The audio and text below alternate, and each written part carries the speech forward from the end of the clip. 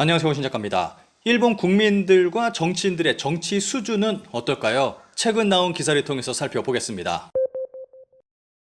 정치에 대해서 가족이나 친구 등과 이야기하나요? 야후재팬에서 실시 중인 설문조사입니다. 결과를 보면 자주 한다가 48.1%, 어느 정도가 29.1%, 별로 없다가 11.1%, 전혀 없다가 11.1%입니다. 예상외로 정치에 대해서 이야기한다는 사람이 많은 것 같습니다. 키시다 총리 교체를 바라는 목소리가 70%, 다음 총리는 누구, 랭킹은 대혼전. 8월 일본에서 실시한 설문조사에 의하면 키시다 내각의 지지율은 31%였습니다. 그리고 키시다의 재선을 원한다는 목소리는 20%도 되지 않았습니다.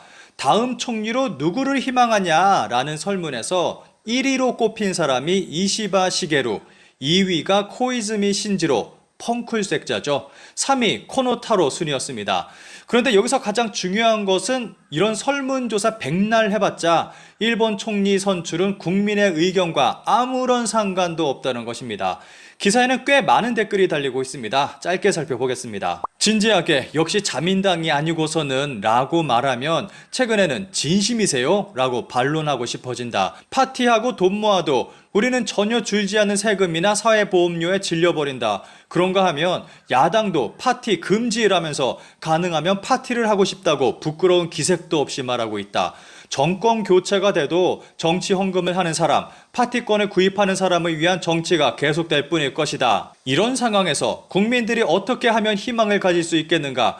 아이를 가지고 싶다는 생각을 할 수 있는가? 여기에 정면 승부할 수 있는 강한 리더를 원한다. 최소한 신지로는 아니다. 코노타로 씨는 차기 총리에 적합하지 않다고 생각합니다. 그 이유는 그가 코노 요에이 씨의 아들이기 때문입니다. 코노 요에이 씨는 1993년에 코노다마를 발표해 일본의 역사인식에 중대한 영향을 미쳤습니다. 이 담화는 전후 일본의 입장을 약화시키고 국익을 해치는 것이었다고 생각합니다. 그 아들인 코노타로 씨가 같은 영향을 미칠 가능성을 무시할 수 없습니다. 일본의 미래를 맡길 리더에게는 과거의 잘못을 계승하는 일이 없는 완전히 새로운 시각을 가진 인물이 필요합니다. 총리에게 바라는 톱3는 요컨대 안심하고 밥 먹고 잘 수 있는 생활을 하고 싶다는 것. 그게 가능하다면 총리는 누가 되든 상관없다. 솔직히 키시다 총리의 교체를 원한다면 정권 교체. 왜냐하면 국민 투표로 총리를 선택할 수 없습니다. 자민당이 투표해서 자민당이 정권을 잡은 시점에서 총리는 자민당에게 맡겨집니다. 한번 정해지면 적어도 4년은 그 정권이 계속됩니다. 선거는 신중하게 합시다. 아버지 주니치로의 허가가 나왔다. 코이즈미 신지로 SNS에 올린 가족 이야기로 포문을 연 총재 선거에 진심 출마. 코이즈미 주니치로 전 총리가 아들 코이즈미 신지로의 총재 출마를 지지한다는 이야기가 전해졌습니다. 그리고 신지로 자신도 간접적으로 그 의사를 전하고 있다는 보도입니다. 한국에도 적지 않은 팬을 보유하고 있는 그가 자민당 총리가 된다면 어떤 일이 벌어질지 궁금해집니다. 이런 일본에서 일본 국민들의 정치적 수준은 어떨까요? 일본은 세계 200개국 중 158위, 선진국과 비교해도 투표율이 압도적으로 낮은 것은 도대체 왜? 일본의 투표율은 세계 최하위 수준이라며 왜 이런 현상이 벌어지고 있는지를 분석한 기사입니다. 한국의 경우 꾸준히 투표율이 올라가고 있고 지난 20대 대통령 선거 때는 77%의 투표율을 기록했습니다. OECD 평균 투표율 68%와 비교하면 높은 수준이라고 말할 수 있습니다. 반면 일본은 OECD 평균보다 한참 밑도는 52%입니다. 세계 200개국 지역에서 행해진 선거 투표율을 공표하고 있는 국제 NGO 민주주의 선거 지원 국제연구소 공표 2019년 데이터에 의하면 일본의 투표율은 200개국 중 158위로 최하위 수준에 머물러 있습니다. 그리고 이 수치는 해를 거듭할수록 점점 더 하락하고 있습니다. 기사에서는 투표율 하락 원인과 문제점을 지적하고 있습니다. 기사의 일부를 살펴보겠습니다. 백지표나 기권은 현재의 정치를 신임하는 것과 같다라는 팩트. 일본의 투표율이 낮은 것은 정치나 선거에 관한 의식이 낮기 때문입니다. 예를 들어 국정선거 투표일에 투표를 해도 세상이 바뀌는 느낌이 들지 않는다.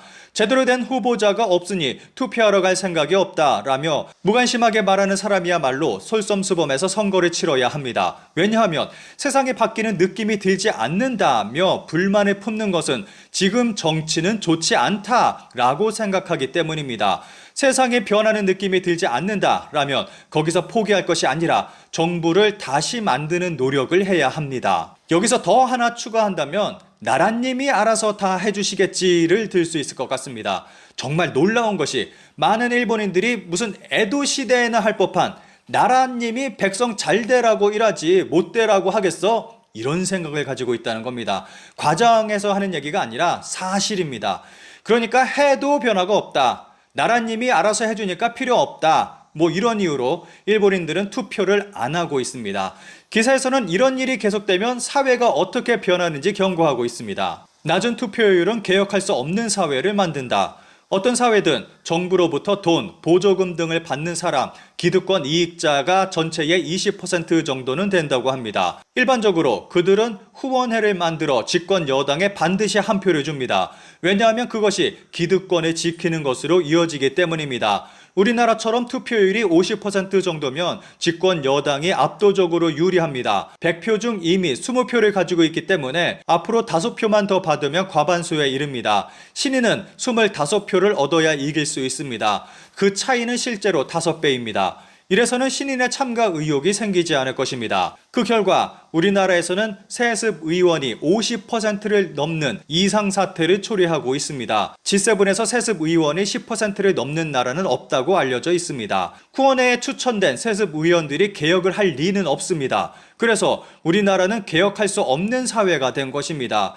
한편 투표율이 높은 유럽 선진국 수준인 80%로 올렸다고 가정해 봅시다. 집권 여당의 후보자는 앞으로 20표를 얻어야 합니다. 신인은 40표를 얻어야 하는데 이들의 차이는 2배입니다. 2배면 열심히 해보자 라는 신인 후보자가 나올 수도 있습니다. 즉 투표율이 올라가면 정치에 새로운 피가 도입될 가능성이 높아지는 것입니다. 우리나라에서도 메이지 시대에는 투표율이 90%를 넘는 경우도 드물지는 않았습니다. 개혁이 진행되지 않는 것은 투표율이 낮고 정치에 새로운 피가 들어가지 않는 것이 근본적인 요인입니다. 50% 케이스와 80% 케이스의 차이는 꼭 학교에서도 가르쳐야 할 중요한 포인트라고 생각합니다. 기사는 이렇게 마무리하고 있습니다. 굉장히 흥미로운 내용의 기사입니다. 그런데 기사에서 말하지 않은 하나가 있습니다. 바로 일본의 특수성입니다. 앞서 봤던 일본의 투표율을 다시 한번 살펴보겠습니다. 1980년대까지 일본의 투표율은 70%를 넘었습니다. 과거의 투표율은 정말 놀라울 정도입니다. 그런데 일본이 바뀐 것이 있나요? 메이지 유신 이후 지금까지 일본은 똑같은 사람들이 정치하고 있습니다. 즉 전범의 후예들이 지금까지 그대로 일본 정치를 이끌고 있다는 것입니다. 2011년 동일본 대지진이 터질 때쯤까지 입헌민주당이 3년 집권한 것을 제외하면 자민당이 일당 독재를 하고 있는 것이 일본입니다. 그러니까 일본이라는 나라가 세워진 이후 정권 교체가 거의 이루어지지 않았다는 것입니다. 다시 말하면 투표율이 높건 낮건 아무런 변화가 없다는 것입니다. 게다가 2011년 이후 일본 사회는 전반적으로 굉장히 심각하게 극우화돼 가고 있습니다. 이런 상황에서 투표율이 올라간다고 해도 변화가 생기지는 않을 것이라고 장담합니다. 그리고 이 기사를 통해서 한국을 되돌아봅니다.